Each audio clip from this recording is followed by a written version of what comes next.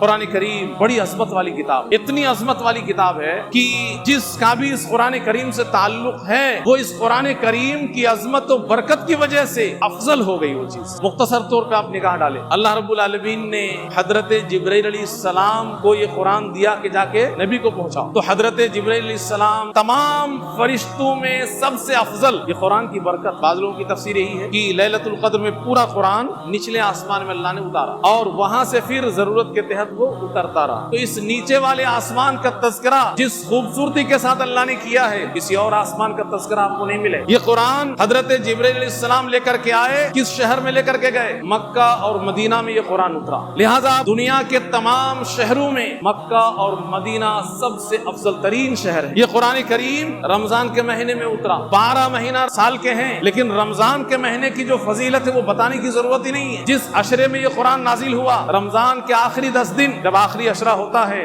اور جو حقیقی معنی میں رمضان کا اہتمام کرتے ہیں ان کا شوق دیکھنے کے لائق ہوتا ہے آخری عشرے میں۔ اور جس رات میں قرآن نازل ہوا، سال کی تمام راتوں میں وہ رات افضل ترین رات ہو گئی، اس کی فضیلت کی انتہا نہیں ہے۔ 1000 راتوں سے بھی زیادہ وہ ایک رات بہتر ہے۔ اور جس انسان کے اوپر وہ قرآن نازل ہوا، محمد صلی اللہ علیہ وسلم، دنیا میں آدم علیہ السلام سے لے کر کے جتنے انسان آئے اور قیامت کے قائم ہونے تک جتنے انسان آئیں گے، تمام انسانوں میں سب سے افضل انسان جناب محمد صلی اللہ علیہ وسلم۔ اور صرف آپ صلی اللہ علیہ وسلم کی فضیلت کی بات نہیں ہے، اللہ کے نبی صلی اللہ علیہ وسلم کے جسم کے ایک خاص حصے میں قرآن نازل ہوا، اور وہ دل ہے۔ اس دل کا یہ حال ہے، فرشتے آسمان سے تشریف لاتے ہیں اور اس دل کو نکالتے ہیں اور زمزم کے پانی سے اس کو دھلتے ہیں، اور دل کے اندر جو بھی گندا حصہ ہوتا ہے اس کو نکال کر کے کاٹ کے پھینک دیتے ہیں، اور دوبارہ سے اس دل کو جناب محمد صلی اللہ علیہ وسلم کے جسم میں چسپاں کر دیتے ہیں۔ جس امت میں یہ قرآن نازل ہوا، اس امت کا کیا حال ہے؟ اللہ رب العالمین نے قرآن میں اعلان کیا، تم سب سے بہتر امت ہو۔ جتنی ساری امتیں آئی ہیں اس دنیا میں، ان تمام میں سب سے بہتر امت تم ہو۔ تو آپ جب غور کریں گے تو یہ سب چیزیں افضل کیوں ہیں؟ اس لیے کہ قرآن کا تعلق ان چیزوں سے ہے، اور یہ قرآن کی برکت ہے کہ قرآن سے تعلق ہونے کی وجہ سے ہر چیز افضل ہو گئی۔ ان الحمد لله نحمده ونستعينه ونستغفره ونعوذ بالله من شرور أنفسنا ومن سيئات أعمالنا، من يهده الله فلا مضل له ومن يضلل فلا هادي له، وأشهد أن لا إله إلا الله وحده لا شريك له، وأشهد أن محمدا عبده ورسوله، أما بعد فأعوذ بالله من الشيطان الرجيم، بسم اللہ الرحمن الرحیم، ان الذين يتلون كتاب الله واقاموا الصلاة وانفقوا مما رزقناهم سرا وعلانية يرجون تجارة لن تبور ليوفيهم اجورهم ويزيدهم من فضله انه غفور شكور۔ معزز حاضرین جمعہ اور محترم سامعین، ہر قسم کی حمد و ثنا، تعریف و توصیف، بزرگی و بڑائی اور عبادت و بندگی لائق اور مناسب ہے اللہ رب العالمین کے لیے، جو خالق کائنات ہے، مالک ارض و سما ہے اور رب العالمین ہے۔ اور درود و سلام نازل ہو تمام نبیوں اور رسولوں پر، خاص طور پر آخری رسول جناب محمد صلی اللہ علیہ وسلم پر بے شمار درود و سلام نازل ہو۔ اللہم صلی علیہ وبارک وسلم۔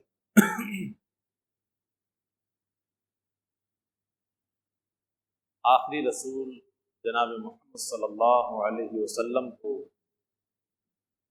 اللہ رب العالمین نے بہت سارے معجزات عطا فرمایا، لیکن سب سے بڑا معجزہ قرآن کریم، اللہ کی کتاب قرآن کریم، یہ سب سے بڑا معجزہ ہے۔ دراصل عرب کے لوگ زبان کے بڑے ماہر تھے، وہ اپنا ثانی نہیں رکھتے تھے پوری دنیا میں۔ اسی وجہ سے عرب کے لوگ پوری دنیا کو عجمی کہتے تھے۔ عجمی کا مطلب گونگا، بول نہیں سکتے، بولنے کی صلاحیت صرف عرب والوں کے پاس تھی۔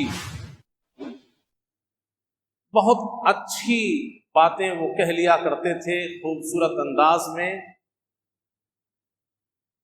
فصاحت و بلاغت کے ساتھ۔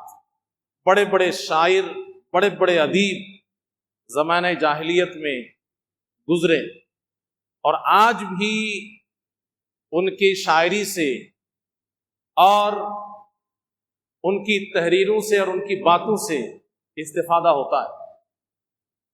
تو وہ اپنے آپ کو زبان کے معاملے میں، بولنے کے معاملے میں اتنا الگ سمجھتے تھے، یا اپنے آپ کو اتنی صلاحیت مند سمجھتے تھے کہ دنیا کے سارے لوگوں کو، عرب کو چھوڑ کر کے، کہتے تھے کہ ان لوگوں کو بولنا نہیں آتا، سب گونگے ہیں، عجمی ہیں۔ تو اللہ رب العالمین نے سب سے بڑا معجزہ ان کی اسی صلاحیت کی کاٹ کے طور پر، کہ جس چیز میں تم بہت زیادہ فخر کر رہے ہو اور پوری دنیا کو گونگا کہتے ہو، تمہارے اسی صلاحیت کو چیلنج کرنے کے لیے یہ قرآن ہے۔ پیارے نبی جناب محمد صلی اللہ علیہ وسلم کے اوپر مختلف قسم کے الزامات لگائے گئے، جن میں سے ایک الزام یہ بھی تھا کہ یہ کچھ لوگوں سے سن کر کے آتا ہے اور لوگوں کو بتاتا ہے، کوئی اس کو پڑھاتا ہے، سکھاتا ہے، یا یہ پرانے لوگوں کی قصے کہانیاں ہیں، وغیرہ وغیرہ۔ تو اللہ رب العالمین نے قرآن کریم کے اندر کئی جگہ اعلان کیا۔ کسی جگہ کہا فَأْتُوا بِعَشْرِ سُوَرٍ مِثْلِهِ، اس قرآن کی سورتوں کے جیسی 10 سورتیں ہی پیش کر دو۔ کسی جگہ کہا گیا فَأْتُوا بِسُورَةٍ، ایک ہی سورت پیش کر دو۔ اور ایک جگہ تو اللہ رب العالمین نے اعلان کر دیا کہ پوری دنیا کے انسان اکٹھے ہو جاؤ، پوری دنیا کے جنات اکٹھے ہو جاؤ، اور سب لوگ مل کر کے کوشش کر لو کہ قرآن جیسی کتاب پیش کر دو، نہیں کر پاؤ گے، اور قیامت تک کے لیے چیلنج۔ قُلْ لَئِنِ اجْتَمَعَتِ الْإِنسُ وَالْجِنُّ عَلَىٰ أَن يَأْتُوا بِمِثْلِ هَٰذَا الْقُرْآنِ لَا يَأْتُونَ بِمِثْلِهِ، آپ کہہ دیجئے دنیا کے سارے انسان اور جنات اکٹھا ہو جائیں اور کوشش کریں کہ اس جیسا قرآن پیش کریں، لائیں، کوئی دوسرا، لا یاتون بمثلی، قرآن جیسی کتاب وہ لا ہی نہیں سکتے۔ وَلَوْ كَانَ بَعْضُهُمْ لِبَعْضٍ ظَهِيرًا، ایک دوسرے کے مددگار بن جائیں، خوب محنت کریں، لیکن قرآن جیسی کتاب لا ہی نہیں سکتے، اس لیے کہ معجزہ ہے اور یہ اللہ کا کلام ہے۔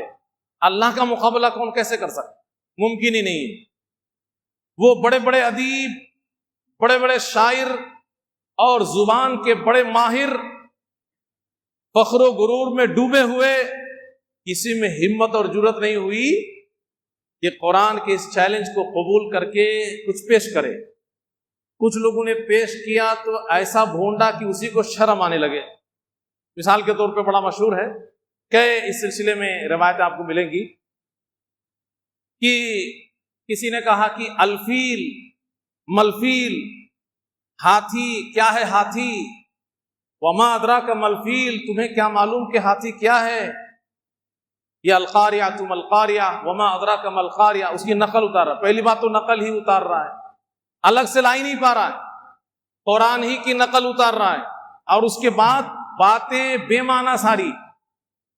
ارے ہاتھی کو کون نہیں جانتا، کہ اس کو گھما پھرا کے کہنے کی کیا ضرورت ہے، ہاتھی کیا چیز ہے، تمہیں کیا معلوم ہاتھی کیا چیز ہے۔ لہا خرطوم طویل، لہو خرطوم طویل، اس کا لمبا سونڈ ہے۔ بتائیے کوئی اس میں معنویت ہے؟ بالکل بھونڈی اور بے جان باتیں۔ تو جن لوگوں نے پیش بھی کیا کوئی دم خم نہیں۔ تو قرآن کریم یہ اللہ کا آخری رسول کو دیا ہوا سب سے بڑا معجزہ، اور یہ آج بھی اسلام کی صداقت کی سب سے بڑی دلیل ہے۔ آج بھی پوری دنیا نے بڑی ترقی کر لی ہے، سب لوگ مل جائیں اور قرآن جیسی کتاب پیش کرنے کی کوشش کرے، آج بھی نہیں کر پائیں گے، قیامت تک نہیں کر پائیں گے۔ قرآن کریم بڑی عظمت والی کتاب ہے، اتنی عظمت والی کتاب ہے کہ جس کا بھی اس قرآن کریم سے تعلق ہے وہ اس قرآن کریم کی عظمت و برکت کی وجہ سے افضل ہو گئی وہ چیز۔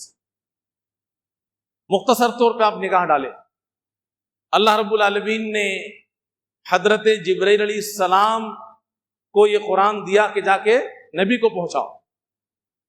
تو حضرت جبرائیل علیہ السلام، کتنی تعداد میں فرشتے ہیں ہم بتا ہی نہیں سکتے، تمام فرشتوں میں سب سے افضل یہ قرآن کی برکت۔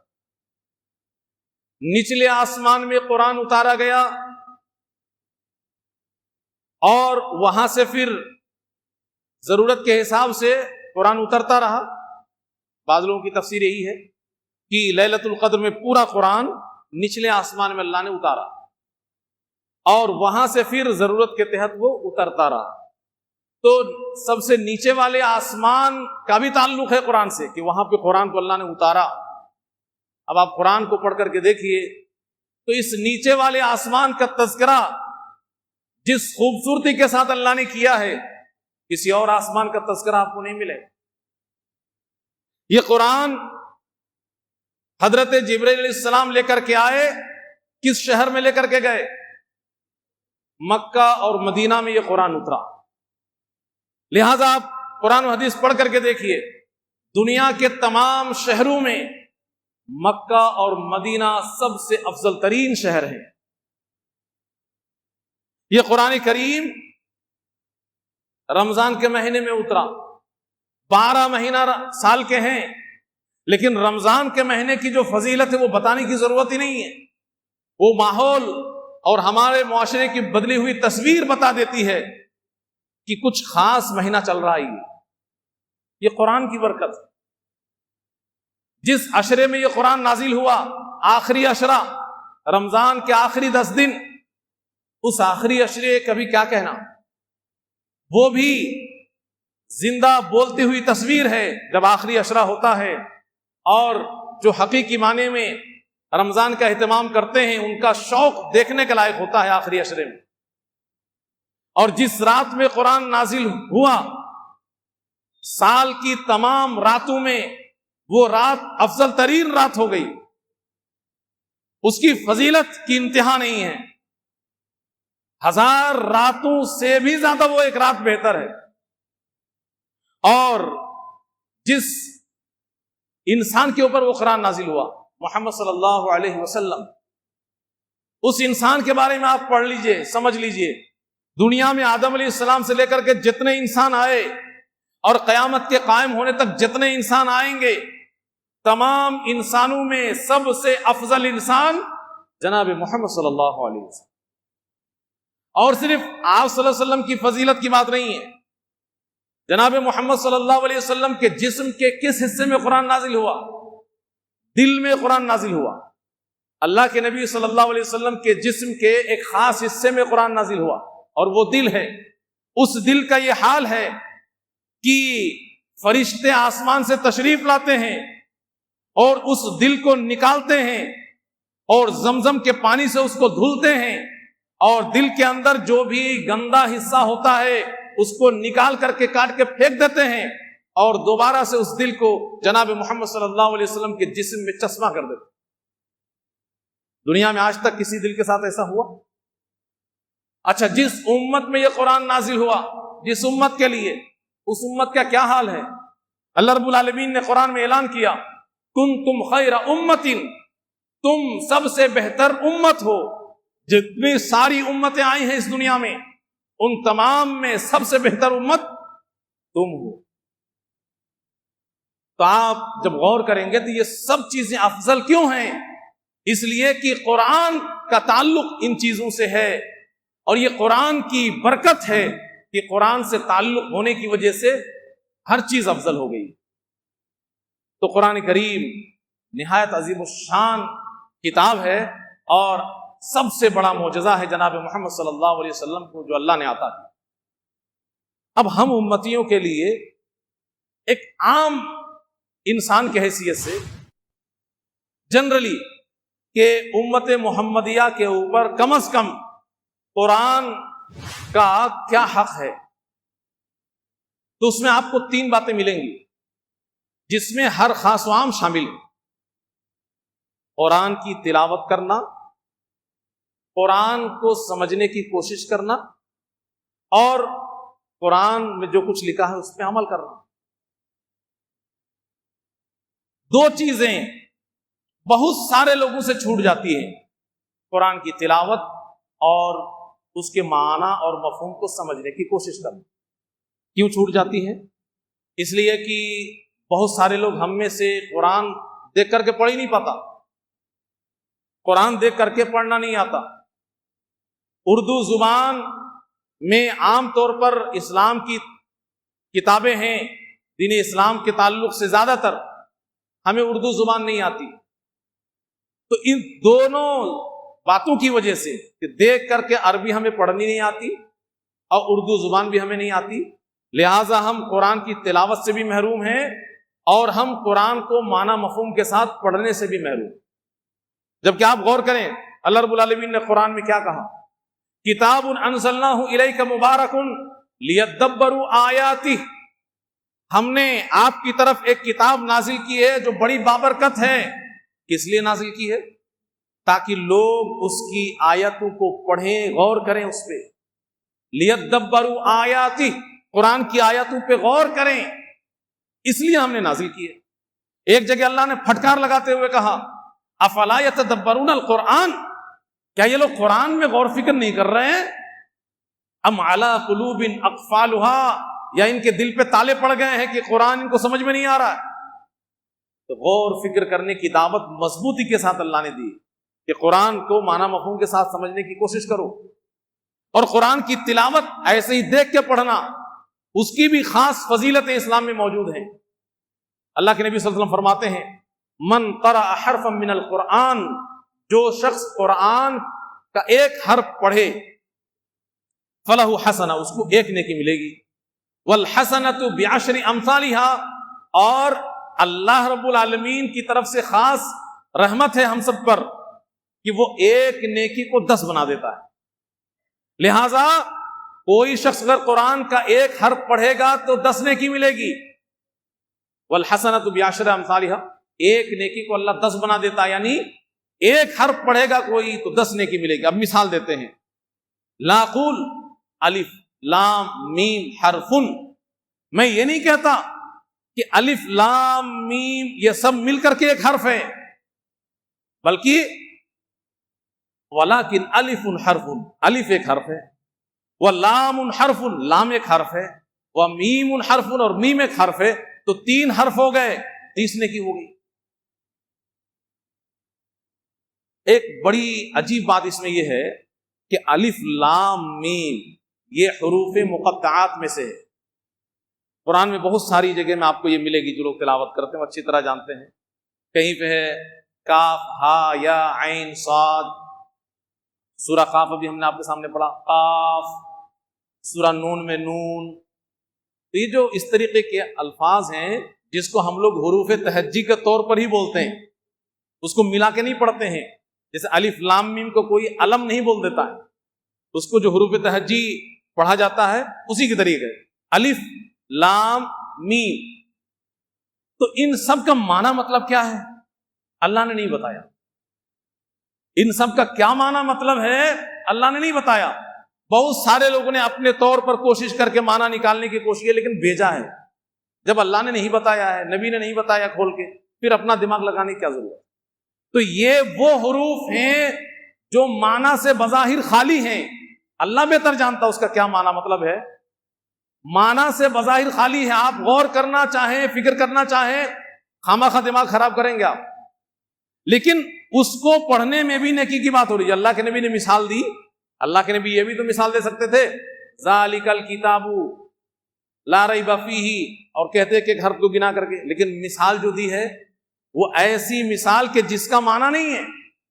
حروف مقطعات یہ اس بات کی بہت مضبوط دلیل ہے کہ بغیر سمجھ کر کے بھی آدمی اگر عربی نہیں آتی اس کو صرف تلاوت کرتا ہے تو بھی وہ ثواب کا مستحق ہے. تلاوت کی خاص فضیلت ہے، اسی لیے کہا گیا الف ایک حرف ہے، لام ایک حرف ہے، میم ایک حرف ہے. تو یہ تلاوت کرنے کی، پڑھنے کی فضیلت.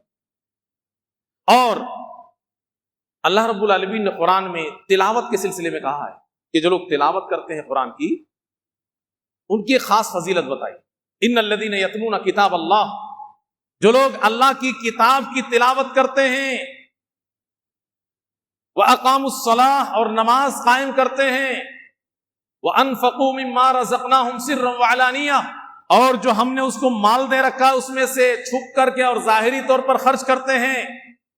یہ تین باتیں جس کے اندر ہیں، تلاوت کرنا، نماز قائم کرنا، اللہ کے راستے میں خرچ کرنا، کہتے ہیں یہ وہ لوگ ہیں یرجون تجارتن، جو ایسی تجارت کی امید لگائے ہیں لن تبور، جو تجارت کبھی گھاٹے میں جا ہی نہیں سکتی،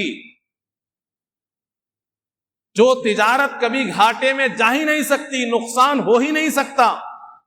بتائیے مسلمانوں کے لیے سوچنے کی ضرورت ہے آج کے ماحول میں کہ ہم میں سے بہت سارے لوگ نماز کا اہتمام آسانی سے کر لیتے ہیں، اللہ کے راستے میں خوب خرچ کر لیتے ہیں، لیکن قرآن کی تلاوت سے محروم. بہت سارے لوگ رمضان کے مہینے میں بھی اس سے محروم رہتے ہیں.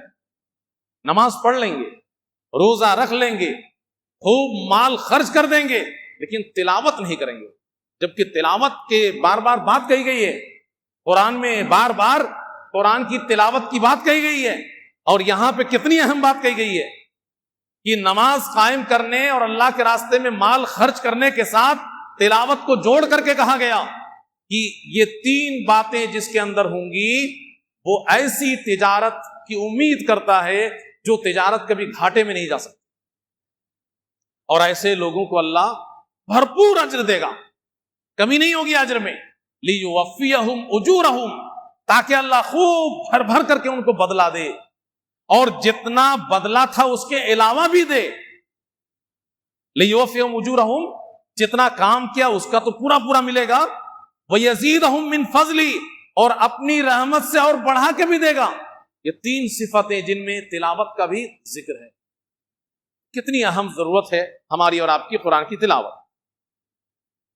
اسی طریقے سے ہم جنرلی دو باتوں پہ ابھی بات کر رہے ہیں آپ کے سامنے کہ قرآن کو پڑھنا بغیر معنی کے بھی تلاوت صرف، اور قرآن کے معنی اور مطلب کو سمجھنا. دو باتیں. خیرکم من تعلم القرآن وعلمہ، اگر ایک آدمی نورانی قاعدہ آ کر کے پڑھے گا، الف با تا سا، وہ تو شروعات ہے، اس کے بعد ہی اس کو قرآن پڑھنا آئے گا، تو اس حدیث کے ضمن میں وہ بھی آئے گا تم میں بہترین انسان وہ ہے جو قرآن کو سیکھے اور سکھائے. من تعلم القرآن، قرآن کو سیکھنا اور سکھانا ایک بہترین انسان کی علامت ہے. آپ بھی اس میں شامل ہو سکتے، شامل ہوئیے، آپ کی ضرورت ہی کہ آپ بہتر انسان بنیے اس طریقے سے کہ قرآن کو سیکھیے، اور جب آپ سیکھ جائیں تو جتنا ہو سکے سکھائیے. کچھ نہیں اپنے گھر کے بچوں کو سکھائیے گا. اسی طریقے سے ایک بڑی مشہور حدیث ہے، تو بہت سارے لوگ ایسا سمجھتے ہیں کہ صرف مدرسہ کے طلبہ کے لیے شاید یہ بات ہے، عام لوگوں کے لیے بات نہیں. جب کیسی بات نہیں، عام بات ہے. مجتمع قوم فی بیت من بیوت اللہ، اس میں بھی سب سے پہلے بات یہ کہے گی یتلون کتاب اللہ. اللہ کے کسی گھر میں لوگ اکٹھا ہوتے ہیں اور قرآن کی تلاوت کرتے ہیں. یتلون کتاب اللہ، قرآن کی تلاوت کرتے ہیں. وَيَتَدَارَسُونَ بَيْنَهُمْ، اور آپس میں اس کو سمجھتے سمجھاتے ہیں، آپس میں ایک دوسرے کو سمجھتے ہیں اور سمجھاتے ہیں. تو یہ دونوں بات جو ہم کہہ رہے تھے وہ اس میں آ گئی کہ معنی مطلب کے ساتھ سمجھنے کی کوشش کرنا. تو ایسے لوگوں کے لیے جو فضیلت ہے وہ آپ کے تصور سے باہر ہے. الا نزلت علیہم السکینہ، آج کے اس ٹینشن کے دور میں ہماری ضرورت ہے یہ. اگر آپ کو اپنے دماغ کو ریفریش کرنا ہو، ریلیکس چاہیے، آپ کو سکون چاہیے، جھمیلے سے آزاد، تو اللہ رب العالمین نے آپ کو ایک طریقہ بتایا. اللہ کے گھر میں آئیے، قرآن کی تلاوت کیجیے.